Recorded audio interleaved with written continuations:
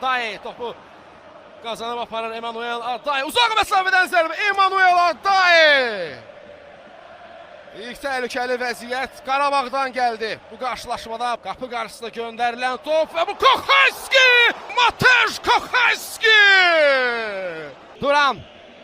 Dilarensa önündədir. Duranın zərbəsi və Milinkovic Savic ikinci cəhddən topa sahib çıxır. Əvvəlcə saxladı, ardından götürür. 11 metrlik zərbəsi. Yaxınlaşır. Koxaski! Koxaski qaytardı. Div! Qapı qarşısına göndərir. Koxaski! Scott McTominay. Təkrar vuruşla. Götürmə. Əmrə davam edir indi. Top səkli istiqamətini dəyişdi.